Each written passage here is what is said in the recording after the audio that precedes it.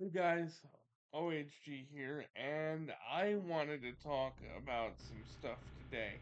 I'm going to break this video down into two sections, but I'm going to tell you what I'm talking about first. So there's two topics to be covered in this video. One, um, we need to take it easier on digital eclipse and remain positive about the Legacy Collection. The second thing is Um, actually, the first thing also has to do with some features that are missing and reasons why. And the second thing is we as creators need to take some accountability, and I'll explain that in the second portion of the video. So, I'm not gonna make you guys sit through the Super Nintendo version of MK1. That version is not good version. Um, so I've been in the Digital Eclipse Discord for about maybe 2 weeks or so, but I just recently started getting active in it, maybe about 3 or 4 days ago, because they're not putting things on their social media accounts because they made this Discord for us to air our grievances and share our concerns, and they don't want to be posting on X every hour on the hour, which I understand. So, there are a couple things that I heard about in the Digital Eclipse Discord that I feel you guys should know. The first thing I feel you should know is that they hear our concerns and they know about them and they're working on them as diligently as they possibly can. The first thing on their priority list is the lobbies and the online arcade patch, as well as getting the Switch patch out to Switch 2 users. I own this game in two different ways. I own it on the PS5 and the Switch 2. The PS5 has been updated twice, fixing the audio and the um the input lag. The input lag got fixed twice, and the audio bugs for the online got fixed as well. The second thing is they want to make sure that online lobbies and the Switch patch go out together because Nintendo has a long and arduous process uh, to approve bug fixes and patches.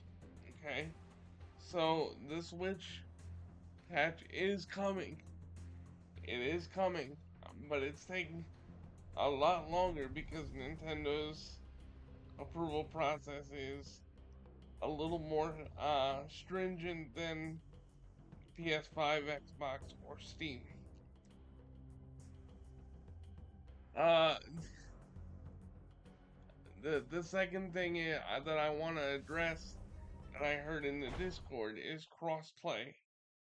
The thing about crossplay is it never was promised to us. Digital Eclipse did say in some interviews before release that um crossplay was a priority on their list to begin with, but it was never promised to us in the trailers or promotional details. Now, the reason that crossplay is likely not coming is because it is very expensive to implement due to different consoles having different online infrastructures to connect to one another. Now, I know you're thinking that, Digital Eclipse could just call up NetherRealm Studios and see how they did it for MK1, and I believe it was in MK11 as well. But it's not that easy because NetherRealm Studios had zero to do with um, with the development of the game, they were just more of a licensee as opposed to development partner. And that's why they are not in the opening screen of the game, which I still think is ridiculous. They still need some recognition even on the beginning splash screen, but that's neither here nor there. I don't want to get off topic.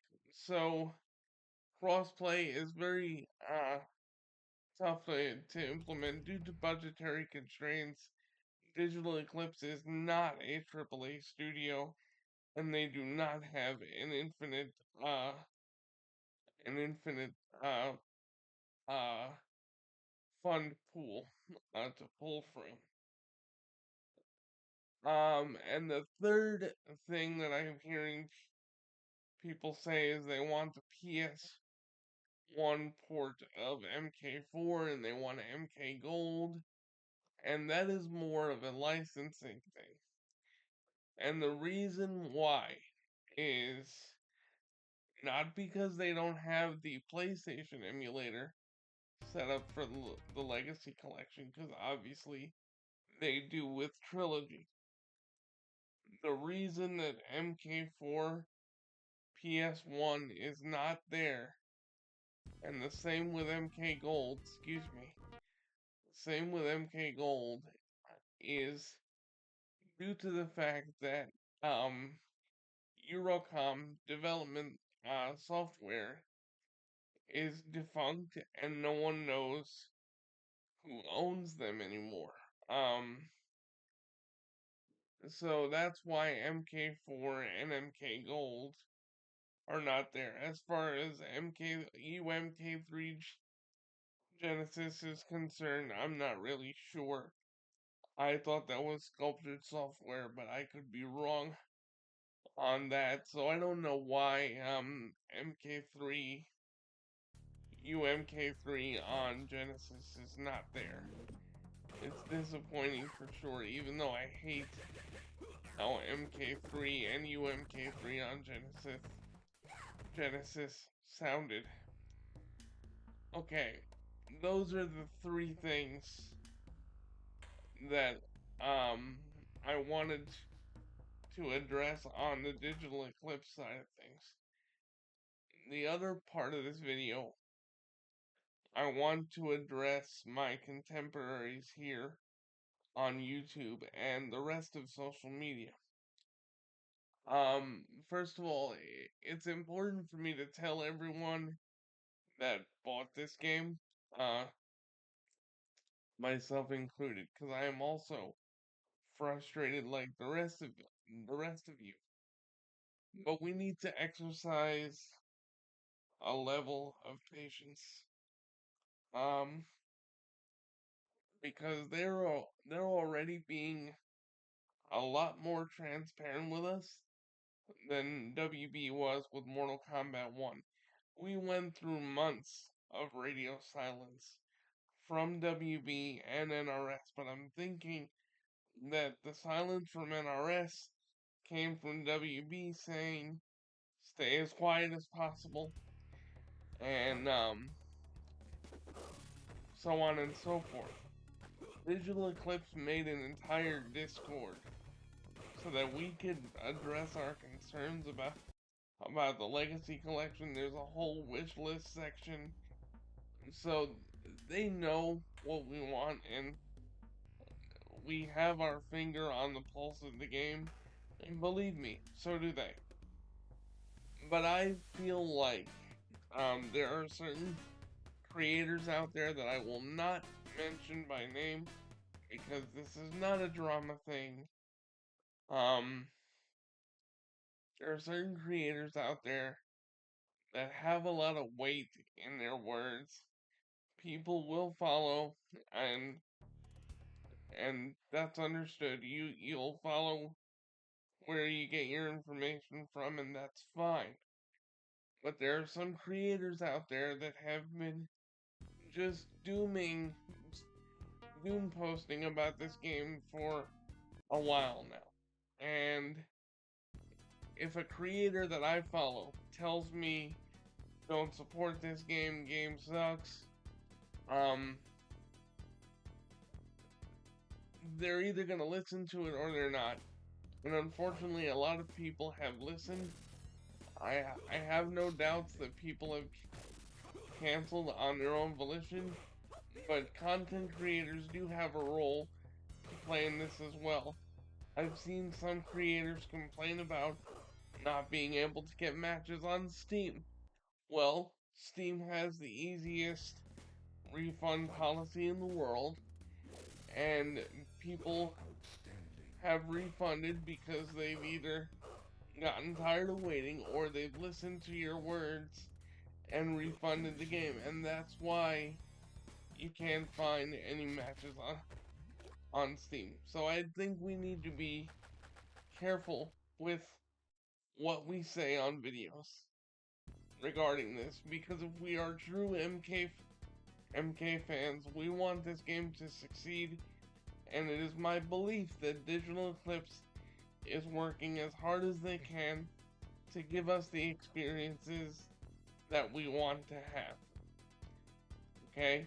I'm friends with a lot of creators. I watch Headlocked Gaming every day. I watch Dynasty. They've been as positive as they can be. They are a little bit frustrated like I am, but there are some creators that have been like, please refund this because we deserve better. And you know, like I said, some words carry weight, and I believe that the reason that the PC is so low, again, is because of easy refund policy, and you know, people have already either listened to the creator or they have refunded it themselves, which to each his own. But I am not a fan of taking Steam numbers as the word of gospel, because just when Fatal Fury City of the Wolves came out, it was dead because the Steam numbers were low. But here we are, and it's being nominated for Best Fighting Game at the Game Awards. Alright, so maybe that doesn't have as much weight, but I do think creators need to be careful with what they say, because their words have weight, and we're lucky to be dealing with a company that just doesn't say, alright, fine, you don't want to wait, we'll move on to the next thing. Just like WB did with Mortal Kombat 1. Anyway, guys, let me know if you agree or disagree with anything I said down in the comments below. I'd like to hear either way, and I will see you guys in the next video. See you guys real soon. Later.